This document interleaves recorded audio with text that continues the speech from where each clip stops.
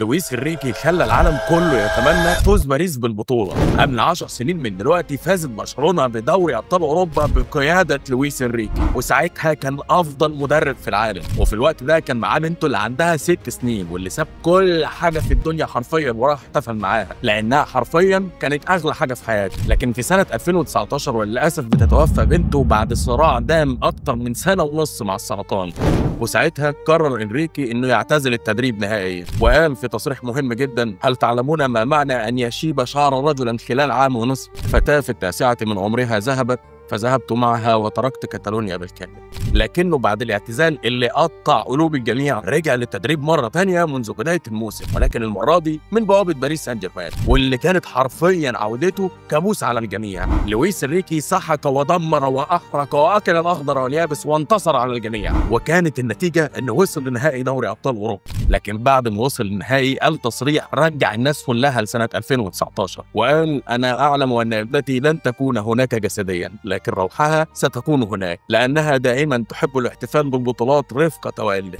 والله إن أنا نفسي أتمنى فوز باريس بالبطولة عشان خاطر الراجل ده. قول لنا أنت بقى في الكومنتات، هل تتمنى فوز باريس بالبطولة بعد اللي سمعته ده؟